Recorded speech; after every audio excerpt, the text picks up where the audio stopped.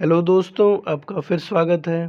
तो आज आपने देखा कि मार्केट में तो ब्लड बाथ मचा हुआ है। सारे चैनल्स में यही कि भाई 9 लाख करोड़ रुपए साफ हो गए।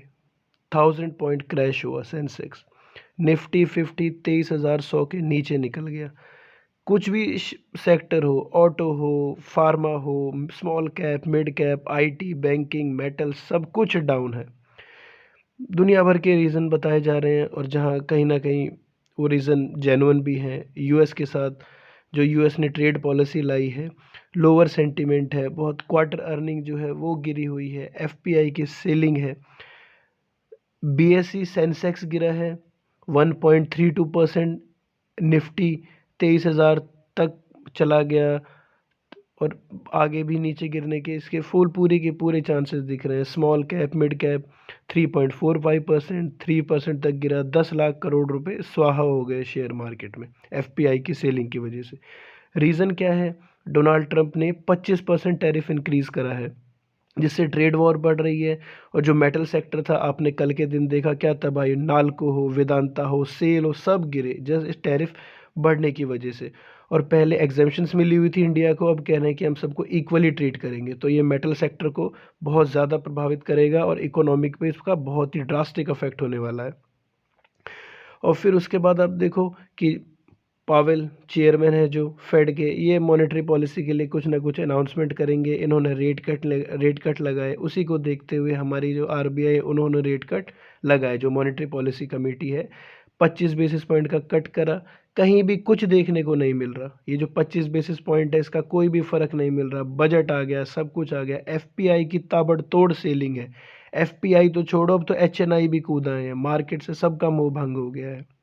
वीकनेस इतनी है, Q3 अर्निंग इतनी है, मतलब अच्छे अच्छों के मार्केट कैप उड़ गए हैं। 10 लाख करोड़ रुपए आज के दिन में ही स्वाहा हो गए। रीज़न क्या है? High bond yield. Bond yield पता है आपको कि 4.51% का जब वहाँ इंटरेस्ट मिल रहा है यूएस में, तो अच्छा एसेट है। तो इसीलिए स्टॉक मार्केट से पैसा और जा रहा है। और भाई डॉलर इंडेक्स जो है आसमान छू रहा है, हमारा रुपया गड्ढे में जा रहा है। तो एफपीआई को जो कॉस्ट है वो ज़्यादा पड़ रही है। तो क्यों ही रुकेगा एफपीआई? यहाँ पे वो जा रहा है सेफर मार्केट्स की ओर। कोई से भी न्यूज़ उठा लो, चाहे मिंट उठा लो, इकोनॉमिक्स टाइम्स उठा लो, सबके पास यही आर्टिकल कि निफ्टी क्रैश हुआ, सेंसेक्स क्रैश हुआ, स्मॉल कैप, मिड कैप, सारे के सारे डाउन है। निफ्टी 50 लगा लो, सब अपने पता नहीं नीचे ही गिरते जा रहे हैं। ऐसा लगता है कि बॉटम बना दिया जी। नहीं, कोई बॉटम नहीं बना है अभी। तो आप देखिए सब अंडर परफॉर्म है। जो कहते थे स्मॉल कैप, मिड कैप तो पैसों की खान है, उन्होंने तो बेड़ा ही गर्क कर दिया। वहाँ से तो पैसा एक तरह से वाइप आउट होने लगा है। 18 लाख करोड़ रुपए 5 दिन के अंदर अंदर, और ये 2-3 महीने से ऐसे ही सेलिंग गायब है। 408 लाख करोड़ जो listed market capital, listed companies हैं, उनका कैपिटल साफ हो चुका है। चाहे निफ्टी बैंक हो, फाइनेंशियल सर्विसेज हो, सारे 1-1% से गिरे हैं। वही रीज़न है, एफपीआई ने सेल कर रहे हैं, सेफर एसेट्स की तरफ जा रहे हैं।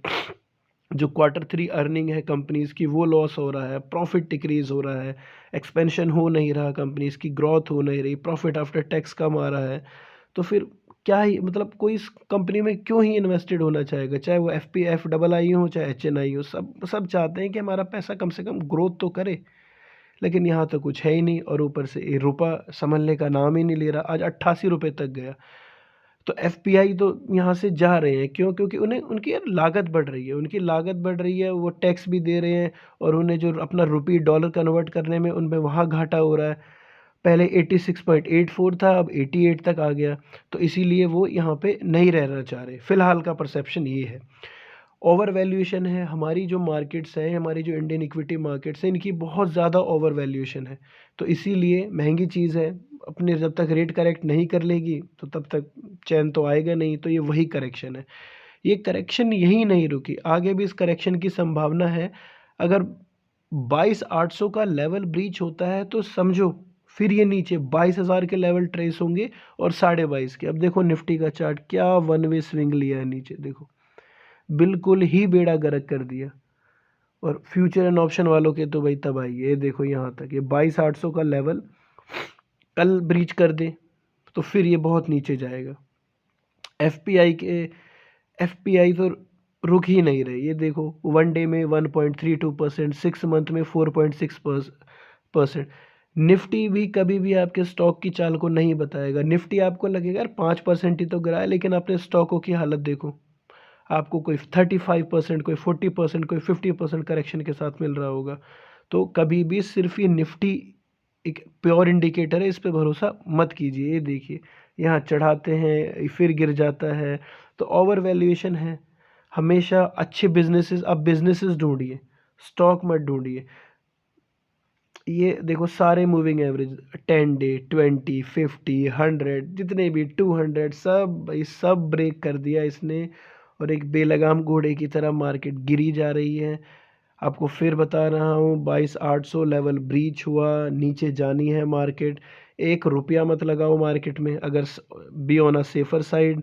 ये देखो इसके सपोर्ट 22,787 इक्वलेंट टू 22,800, अगला 22,67 और उसके बाद सीधे 20,627। हालांकि 21,000 का एक सपोर्ट है, आप फिबोनाची से ट्रेसमेंट लगाओगे तो बहुत बुरे हाल हैं।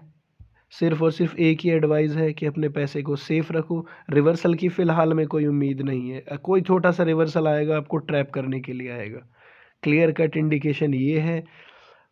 ये सारे रेजिस्टेंस है, रेजिस्टेंस तो भूल ही जाओ भाई, देयर इज़ नो रेजिस्टेंस। तो हमेशा ऐसी बियर मार्केट में वॉरेन बफेट की कोट हमेशा आपको याद रखनी है कि आप बेटर अपने आप को कर सकते हो बियर मार्केट में। जी हाँ, यही बेयर मार्केट में। और अब मार्केट पूरी एक बेयरिश पैटर्न है, बेयर्स की चपेट में आ चुकी है। अब कब तक रहेगी किसी को टाइम फ्रेम नहीं पता। जब तक कुछ रिवर्सल दिख नहीं जाता हम आपको आगे इन्फॉर्म करते रहेंगे। ये इसका निफ्टी का चार्ट है, 1 डे, 1 वीक, 1 मंथ, 5 ईयर। तो प्रोग्रेसिव तो होगा ही, अभी के लिए है, लेकिन ऐसा भी नहीं है कि अभी लुट गया, कभी ना कभी बढ़ेगा ज़रूर। और इंडिया एक डेवलपिंग कंट्री है, बहुत ग्रोथ प्रोस्पेक्टस है, हमारे पास सब कुछ है। तो be don't be so pessimistic, optimistic रहिए, होगा। पी लेवल 50 का है, अभी भी करेक्शन की गुंजाइश है, करेक्शन ड्यू है और करेक्शन होगी। नीचे जाने की पूरी संभावना है, ऊपर का कोई नहीं। थैंक यू सो मच, मेरे साथ बने रहिए, मेरे चैनल को सब्सक्राइब कीजिए आगे for more contents. Thank you so much.